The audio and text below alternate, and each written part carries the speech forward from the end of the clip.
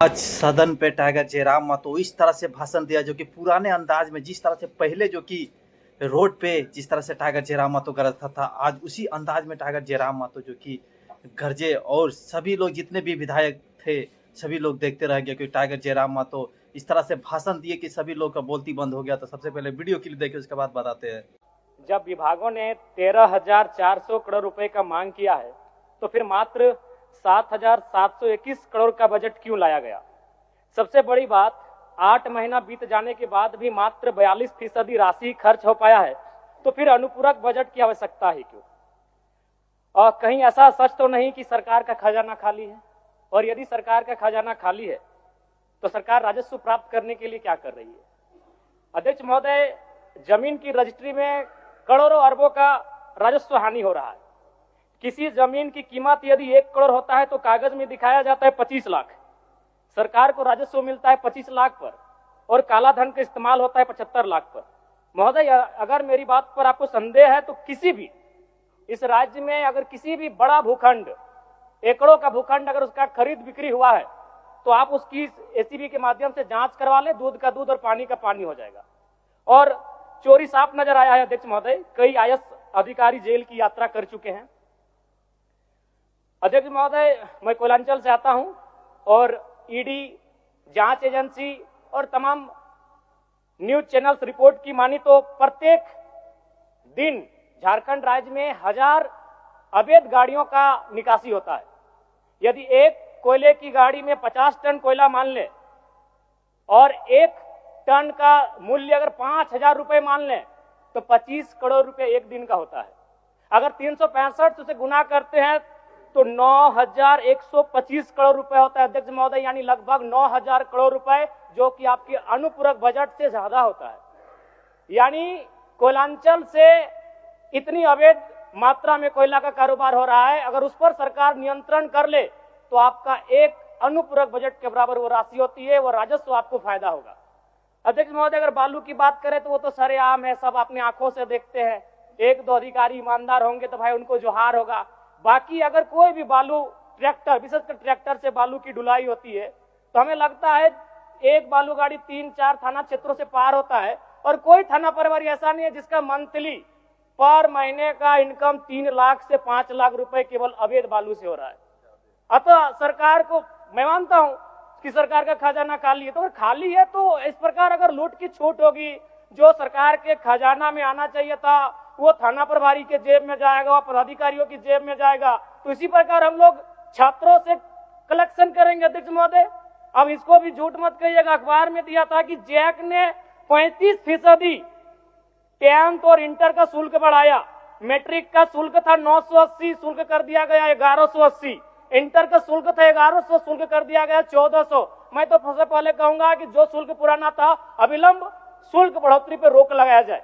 अध्यक्ष महोदय, आज छात्रवृत्ति नहीं मिला है छात्रों को। आज राज्य सरकार और केंद्र पक्ष वाले यानी विपक्ष वाले एक दूसरे पे दोषारोपण कर रहे हैं। इस दोषारोपण के बीच इस राज्य का भविष्य क्यों उलझेगा अध्यक्ष महोदय? आज 2 वर्षों से छात्रवृत्ति नहीं मिल पाई है, इसका निराकरण होना चाहिए। और बिल्कुल बड़े शर्म और दुर्भाग्य की बात है कि जिस राज्य का युवा, जिस राज्य का भविष्य स्कॉलरशिप नहीं मिलने से परेशान है, हताश है, उस राज्य के विधायक 4 करोड़ 32 लाख के आवास में रहेंगे। ये कितना बड़ा दुर्भाग्य की बात है। आज आंदोलनकारी लगातार अपनी आवाज को बुलंद कर रहे हैं, जिन्होंने अपने लहू से इस राज्य को सींचा, अपने खून से इस राज्य को बनाया, आज जो 3,500 का पेंशन प्राप्त कर रहे हैं।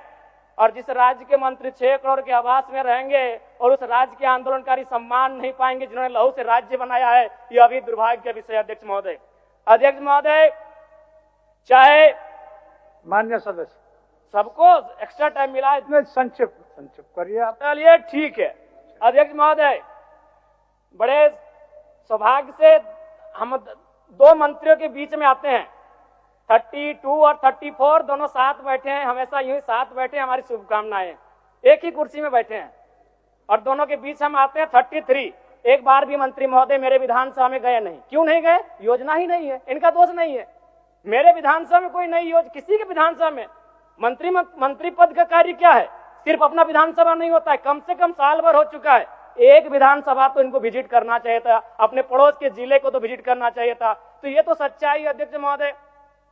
दूसरी बात, आलिम फाजिल की परीक्षा जैक द्वारा संचालित होती है, किंतु वर्तमान में सहायक आचार्य की नियुक्ति में प्रमाण पत्र की वैधता को खत्म कर दिया गया है। और सबसे महत्वपूर्ण बात अध्यक्ष महोदय, जैसा कि अखबार के माध्यम से हम सभी ने पढ़ा कि विभाग सवालों का उत्तर नहीं दे रहा है। अध्यक्ष महोदय, शून्यकाल में कल रात्रि 12 बजे नीरा मैडम और मंगल कालिंदा का झगड़ा हो गया। एक दिन राजा साहब और हमारी गाड़ी का टक्कर हो जाता, इतना रफ्तार में आए, बोले कि राजा साहब को तो शून्यकाल डालने नहीं देंगे, इनसे पहले हम जाएंगे। अध्यक्ष महोदय, ये कोई मजाक नहीं कह रहे, 12 बजे रात को आते हैं शून्यकाल डालने के लिए और अफसर ने मजाक बना के रख दिया है, जवाब नहीं देंगे। ये सवाल जनता का है, जिस जनता के टैक्स से पैसे से ये सूट पहनते हैं, जिस जनता के टैक्स से पहनते से ये बूट पहनते हैं, कोट पहनते हैं, उस जनता का सवाल है। और जनता का सवाल का उत्तर नहीं देते अफसर। जो ईमानदार हैं उनको यहां से जोहार है, लेकिन जिन्होंने जब अपनी जिम्मेदारी का निर्वहन नहीं किया है उन पर कार्रवाई करिए। अध्यक्ष महोदय, 12 बजे रात को हम लोग सवाल डालते हैं। चलिए मान्य सदस्य। अध्यक्ष महोदय, अंतिम में कंक्लूड। आप लोग को कैसा लगा वीडियो, जो कि टाइगर जयराम मातो को जिन मुद्दों को टच किया था आज विधानसभा में, तो उन मुद्दों के बारे में आप लोगों को क्या राय है तो कमेंट में जरूर बताइए। कि टाइगर जयराम मातो आज पहली बार इस तरह से, जैसे कि इस तरह से पहले करता था, आज उसी अंदाज में टाइगर जयराम मातो गरजा है और झारखंड के हर एक मुद्दे को आज टच किया है, चाहे करप्शन के हो, चाहे पढ़ाई के हो, चाहे जो भी हो। टाइगर जयराम मातो आज दहाड़ दिया है बोझ, क्योंकि टाइगर जयराम मातो एक ऐसा विधायक 81 में देखा जाए तो उभरता हुआ सितारा है और झारखंड के हर एक मुद्दे को टच कर रहा है कि कम समय में ज़्यादा विभागों को टच करना। ये टाइगर जयराम मातो जो कि इस तरह से टाइगर जयराम मातो गरजता है, जिस तरह से जो कि झारखंड के हर एक मुद्दे को टाइगर जयराम मातो ये साबित करते दिखाता है कि टाइगर जयराम मातो वाकई एक विधायक झारखंड का है। तो आप लोगों को कैसा लगा कमेंट में जरूर बताइए।